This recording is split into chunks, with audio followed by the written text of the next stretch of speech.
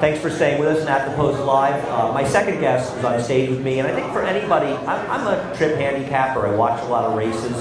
Any trip handicapper is very fond of my next guest, Frank Generazio, who, along with his wife, Patty Generazio, their horses are mostly grays, and they have very easily identifiable silks, pink and green silks in New York. So Frank, from all trip handicappers, I want to thank you, and thank you for joining us. Thank you. Yeah. Frank Generazio. I'm going to make Frank talk to that. Okay. Frank, thanks for joining us. You told me last summer when we met that was your last summer was your first summer in Saratoga in over 30 years. Yes. What brought you back to town? Well, we started breeding New York Reds, and we had quite a few, so we thought we'd come out here and give it a try. Now, most of the time you're up in Cape Cod during the summers. We spent the summer in Cape Cod, yes. And when you came down, you spent the whole summer, or are you going back and forth at all?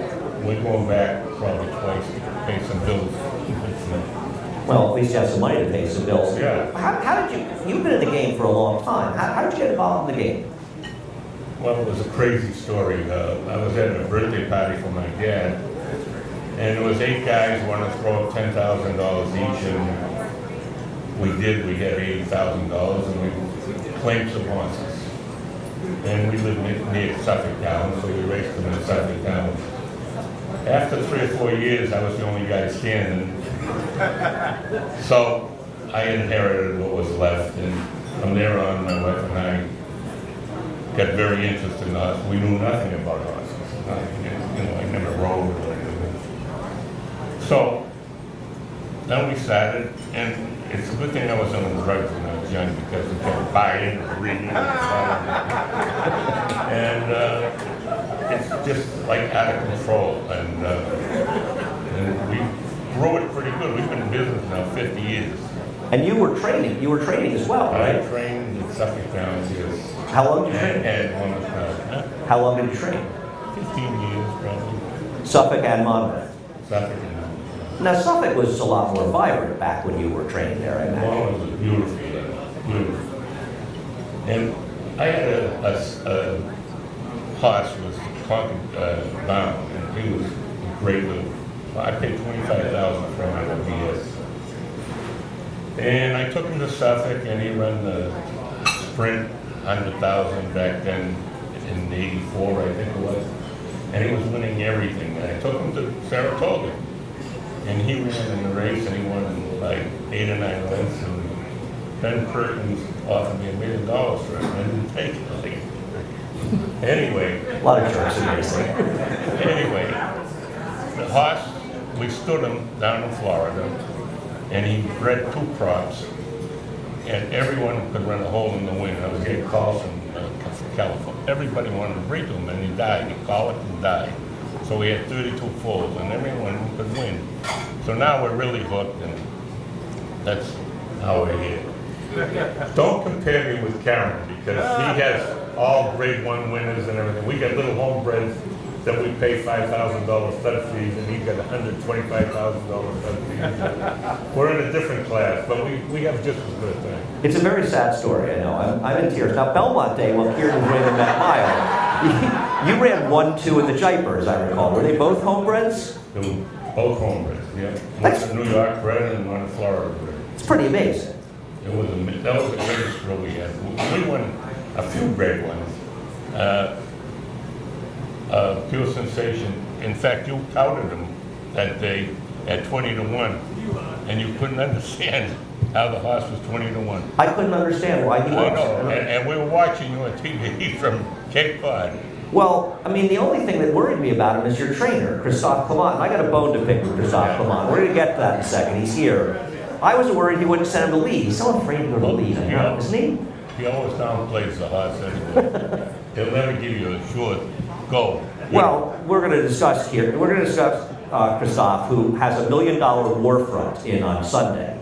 So is this the war front that can run, Christophe? You're back there. Let us know. You're on the spot. This war front can run. You got 2 in there. You got $1.5 million worth of first-time starters. And the war front's good? Tell Naja. Naja will tell me the truth. Christophe is being very cagey about those war fronts. So if you own a lot of broodmares. Because you breed a lot of your horses. How many broodmares do you own? 30. All homebred. And when you pick out sires to breed them to, you don't exactly go to the $1 million year, the sires out there. No, not really. We're upgrading a little now. You are. But maybe we're making a mistake because we were breeding our mares to underbred studs and they're performing. Maybe if I breed them to better studs, they won't perform. Well, Disco Rico is somebody you bred to a lot, right? $5,000. And had a lot of And I got success. a deal for $2,500. Really? Yeah. Did that mean you had to talk to his owner, though, Joe? I'm very friendly with him. That was the deal? I wrote to his father. Well, he was a very good sire. He passed away about a couple years ago, right? Right. He was a very, very good sire. When did you first come to Saratoga? Oh, I came back in the 80s. I brought my jockey Kyle Gallandella from Suffolk Downs up. All right. And we were like little hits. Suffolk guys right here. We were the blue collar guys that That's when we come up to the big time. Well, I would say that Saratoga, there's more people that come from the Boston area here than come from downstate. I mean, we have a huge contingency of New England fans and Huge. Boston fans. And they used to bet. The Boston people bet. And they knew how to put over a winner now and again. And what a crime they shut it down and too bad. They're racing a few days, right? Yeah. They had some weekend racing. Christoph shipped up there to get some purses. He I likes know. shipping up to get He take likes- the local guys. He likes money. those easy shots. He does. He's never worried. It has nothing to do with his win percentage, though. Absolutely nothing to do with it. So, what's your biggest win in Saratoga? The biggest win? Yeah. Well, last year we won with two discrete estate, and Pure Sensation won. We had 8 wins last year. It was unbelievable that I was there. Discreet Mark as well. She didn't win last year, Mark which was one of the best. Right. And she's now. How did you start? You have a horse with Jimmy Ryerson as well. When did you start getting involved in giving horses to Christoph? Come on. Well, I was friendly with Christoph years ago with a fellow named Peter Patches, who was a big owner for Christoph. And we were friendly, and I owned a few horses with Peter at the time. I got friendly with Chris. And he's at the Payson Park in the winter time, and I'm right down the street in Jupiter. So I used to go up there and watch horses train and everything. I used to train some myself there years ago. And I get talking to him one day, and I asked him if he'd like to train Discreet Mark. And he said he'd love to train. So I went back and told Jimmy I was going to take him and move him up there.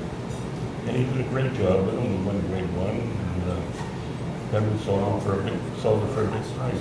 She was a beautiful mare. And you bred her yourself. Bred her ourselves. It's pretty remarkable to breed horses and the level, because last year, I think you won the 8 race last year. I think they were all homebreds. All homebred, right. It's pretty remarkable. I mean, there aren't that many people. You hear about the Phippses and read that level. Obviously, Godolphin breeds a lot of horses, but they're buying a lot of broodmares. You're one of the few sort of smaller operations left at that level and winning. Yeah.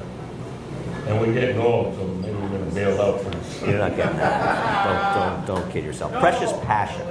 Precious that one was the- a great horse. Yeah, now, almost won the Breeders' Cup. An amazing speed horse, right? Used to run off on the front end. He don't put up 20 lengths. And he set track record at the Suffolk. He set track record at the Monmouth. Yeah. He went at 750 twice back to back in 09, and 08 and 09. It was a great horse. Is there? Oh, sorry, go ahead. And I gave him to a little girl from New Jersey. She was assistant trainer. I couldn't take her away. She was loving the horse and with him every minute. And so there's no telling how good he would have been with probably Christoph. I don't know. When Christoph had him, he'd been raiding him. He didn't tell her to come from behind. Yeah, that's true. So he I might not have be as that good. problem. Do you fight with Chris? I fight with Christoph about not sending horse to the lead. Pure Sensation, it's worked out well for him. He won down at Parks again. Hopefully it'll be I think California, the firmer turf for the Breeders' Cup Sprint in California should work much better for him. Yeah, I think so too. And you've had Precious Passion. He lost a very close photo of the Breeders' Cup, didn't he? To the horse that won the second time, Conduit. Yeah, in the second Breeders' We Cup. took him out there a month early and ran him in grade 1, and he won like 7 or 8 lengths. Then we took him down in the Breeders' Cup, and he opened up 20 lengths. And everybody was saying, well, this is die, he'll die. And Conduct was lucky he got through an opening and come and nail them at the wire, but it was very exciting. Yeah, amazing horse. Do you breed him as well? No, the guy at the farm bred him. You know how he was bred? A couple owned him and they couldn't afford the board bill, so they gave him the foal. So he was in the field one day and we were out there looking at our horses. And my wife says, "Who's that chestnut?" And Joe said, "Well, he's mine now. I just got him." And she says, "I love this horse." So the next time we went back, he looked at him again. So I went over and bought him for $10,000. That's what I paid for him. About Joe Biden. Incredible. Incredible. Was he already named? Yes, he was named. So who misspelled his name? Joe's wife. I can't accuse her. Because his name was famously misspelled. It was misspelled. Yeah. And I wouldn't change it. I'd never change a horse. Well, it kind of made it special, right? It made him sort of easy to recognize. Now, a friend of mine wanted me to ask you a question. You have different silks in New York than you do everywhere else. Why is that? Well, when I first came to New York, we were from Suffolk, I told you, and we had the orange and white silks. And they wouldn't allow them because someone else had them, so they had to pick our own silks in New York. So that's how we have the 260. So there's not even that big a story. No. I thought there would be some sort of cool No. story. So couldn't you have made something up or something? No. Yeah, because they're so much easier to see here. I mean, it's just, we just love your horse. And is it the Concord Bound influence that has a lot to do with them being grays? Yeah, definitely. He was a great colt. And all the mares were gray, and there's not many of them left. But they're all getting old, but they don't win. Well, you've done an amazing job. Is it great to come back to Saratoga? Oh, we love it here. 2 years in a row now. Good. We hope you keep coming back. It's so nice to meet you last year. We appreciate your very much coming up here. Frank Generazio. Give him a hand. Thank you. Thanks, Frank. Thank you for having me.